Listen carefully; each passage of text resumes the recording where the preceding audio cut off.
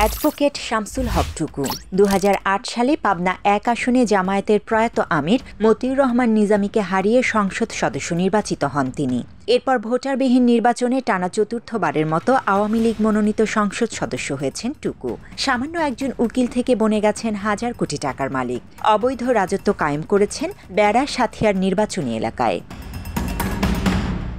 নবম জাতীয় সংসদ নির্বাচনের আগে পাবনা ১ অর্থাৎ বেড়া সাথিয়ার মানুষের কাছে টুকু পরিচিত ছিলেন সামান্য একজন উকিল হিসেবে। ২০০৮ সালে প্রথমবার সংসদ সদস্য নির্বাচিত হওয়ার আগে সক্রিয়ভাবে আওয়ামী লীগের রাজনীতির সঙ্গে জড়িত ছিলেন না তিনি। স্থানীয়ভাবে নেতাকর্মীদের কাছে আওয়ামী লীগের একজন সুবিধাভোগী হিসেবেও পরিচিত ছিলেন শামসুল হক টুকু। সংসদ সদস্য নির্বাচিত হওয়ার আগে পাবনার বেড়া থানাধীন বৃষালিখা পাড়া গ্রামে পৈতৃক ভিটায় জরাজীর্ণ একটি বসতঘর ছিল টুকুর পরিবারের। তবে আওয়ামী লীগের সাংসদ হওয়ায় রাতারাতি আলাদিনের চেরাগের সন্ধান পায় শামসুল হক টুকু। জরাজীর্ণ ঘরের জায়গায় চাকচিক্যে ঘেরা আলিশান ভবন গড়ে তোলেন সাবেক স্বরাষ্ট্র প্রতিমন্ত্রী।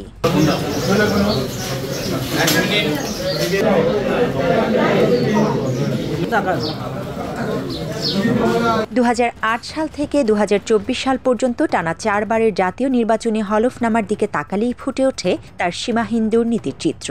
২০০৮ সালের নির্বাচনী হলফনামায় অস্থাবর সম্পদের হিসেবে নিজের নামে নগদ ১,৫৪,০০০ টাকা ও স্ত্রীর নামে দেখানো হয় মাত্র ৮,০০০ টাকা।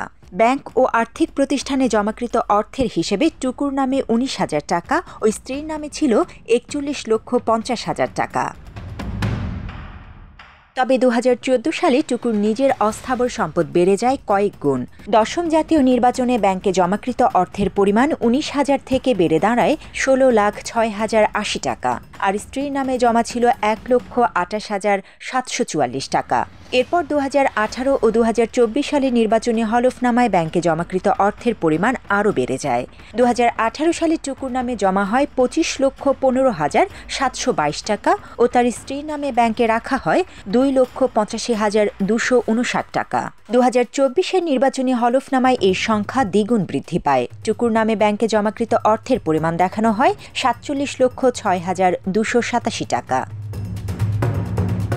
নবম জাতীয় সংসদ নির্বাচনের হলফনামায় শামসুল হক টুকু উল্লেখ করেন, শেয়ার বাজারে তার ও তার স্ত্রীর কোনো বিনিয়োগ নেই। তবে পরের নির্বাচন আসতেই পাল্টে যায় চিত্র। ২০১৪ সালের দশম জাতীয় নির্বাচনের হলফনামায় দেখা যায় তার স্ত্রীর নামে প্রায় ১০ লক্ষ টাকা শেয়ার ক্রয় করেন টুকু। তবে নির্বাচনী হলফনামায় টুকুর সবচেয়ে অনিয়ম ছিল স্থায়ী আমানতের হিসেবে। নবম জাতীয় সংসদ নির্বাচনের হলফনামায় ১ পয়সাও স্থায়ী আমানত ছিল না শামসুল হক টুকুর। তার স্ত্রীর নামেও কোনো স্থায়ী আমানত উল্লেখ করেননি তিনি। তবে দ্বাদশ নির্বাচনের হলফনামায় দেখা যায় টুকুর স্থায়ী আমানত গিয়ে দাঁড়ায় ৩,৭১,৪১,৩৮৬ টাকা।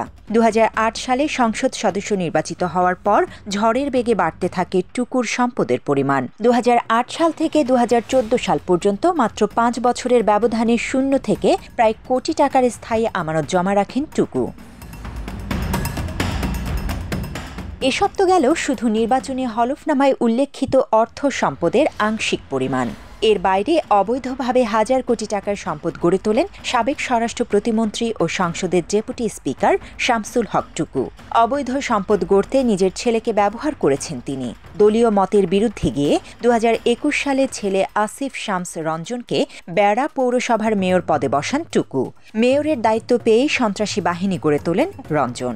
ওসি এবং তদন্ত ওসি এর আগে যারা ছিল এরা বলছে যে আমরা নিরুপায়, আমাদের করণীয় কোনো কিছু নাই। ওনাদের বিপক্ষে কেউ কথা বললেই দোকান তালা, ওনাদের বিপক্ষে কেউ কথা বললেই মসজিদ তালা। টুকুর ছেলে রঞ্জনের নেতৃত্বে বিরোধী মতের মানুষের বাড়ি দখল, ব্যবসা প্রতিষ্ঠান দখল থেকে শুরু করে ইছামতি ও যমুনা নদী দখল করে গড়ে তোলেন নিজস্ব ব্যবসায়িক প্রতিষ্ঠান। ইজারা না নিয়ে বেড়া নৌঘাট দখল করে মাসে প্রায় ৩০ লাখ টাকা হাতিয়ে নিতেন রঞ্জন। পাশাপাশি বেড়া চতুরহাটও একইভাবে দখলে নেয় টুকুর ছেলে। এই হাট থেকে ২.৫ বছরে ১৬ কোটি টাকা হাতিয়ে নিয়েছেন রঞ্জন। সেই সঙ্গে যমুনা নদী দখল করে বালু উত্তোলন, মানুষের খামার দখল, বাস, ট্রাক, সিএনজি, এমনকি অটোরিকশাওয়ালাদের কাছ থেকেও চাঁদা নিয়েছেন রঞ্জন ও তার সন্ত্রাসী বাহিনী। যতগুলো হাট, বাজার, নদী, নালা যেখানে যা আছে সবই হলো তাদের নিয়ন্ত্রণ। বেড়া পোর্ট থেকে শুরু করে মোহনগঞ্জ পর্যন্ত প্রায় 200 বিঘা জমি দখলে নিয়েছেন শামসুল হক টুকু। অবৈধভাবে সম্পদের পাহাড় গড়ে তুললেও নির্যাতনের ভয়ে টুকু ও তার ছেলের বিরুদ্ধে কথা বলেনি কেউ। যারা কথা বলেছেন তাদের শারীরিক নির্যাতনের পাশাপাশি মামলা দিয়ে বাড়ি ছাড়া করতেন সাবেক ডেপুটি স্পিকার। অপরাধ মানুষকে বিভিন্নভাবে মামলার ভয় দেখে অর্থ নেওয়া হয়েছে। গত জাতীয় সংসদ নির্বাচনের পর আমাদের এলাকায় টুকু এবং তার ছেলে রঞ্জন আমাদের উপর অমানসিক অত্যাচার করে। টানা 4 মেয়াদে সংসদ সদস্য নির্বাচিত হওয়ার পর মানুষের উপর অমানবিক নির্যাতনের পাশাপাশি হাজার কোটি টাকার অবৈধ সম্পদ গড়ে তুলেছেন অ্যাডভোকেট শামসুল হক টুকু। 10 বিঘা 12 বিঘা জায়গা কিনে 100 বিঘা দখল করছে।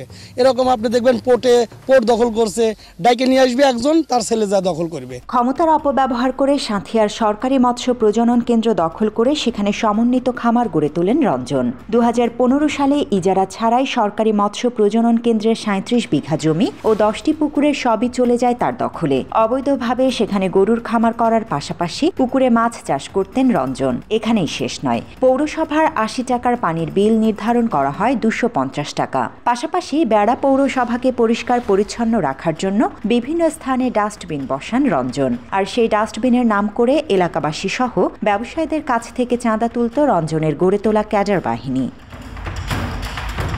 বেড়া পৌর এলাকায় স্যানিটারি ল্যান্ডফিল ও পয়বর্জ্য পরিশোধনাগার এর নামে কয়েক বিঘা জমি দখল করেন রঞ্জন। পরে সেখানে শুকুরের খামার গড়ে তোলেন তিনি। কয়েকশো শুকুরের ওই খামারের আশেপাশে সাধারণ মানুষকে ভিড়তে দিত না রঞ্জনের চাঁদাবাজ বাহিনী।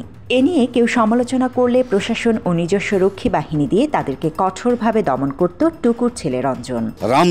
রামদাও কাঁধে করে নিয়ে কিন্তু এলাকায় এই মহড়া দিয়েছে।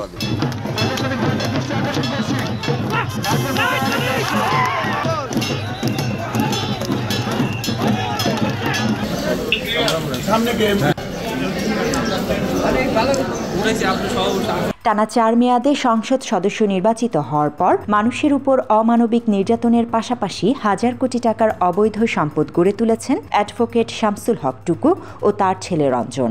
200 বিঘার উপরে জমি দখল ও হাজার কোটি টাকার অবৈধ সম্পদ গড়ে তুললেও টানা 4 মেয়াদের নির্বাচনী হলফনামায় উল্লেখ আছে শুধু 3 বিঘা জমির কথা। ঢাকার ভয়েস ওভার ইন্টারনেট প্রোটোকলের ব্যবসা করতেন রঞ্জন। ভিশন টেল লিমিটেড নামের এই কোম্পানির চেয়ারম্যান ছিলেন তিনি। 2014 সালে প্রায় 200 কোটি টাকা কর ফাঁকির মামলা করা হয় তার বিরুদ্ধে। দুদকের করা ওই মামলায় রঞ্জনের বিরুদ্ধে গ্রেফতারি পরোয়ানা জারি হলেও তাকে গ্রেফতার করার সাহস পায়নি পুলিশ। হাসিনা সরকারের পতনের পর শামসুল হক টুকু গ্রেফতার হলেও এখনও আত্মগোপনে আছেন তার ছেলে আসিফ শামস রঞ্জন। জান্নাতুল ফেরদৌস তমা, বাংলা এডিশন।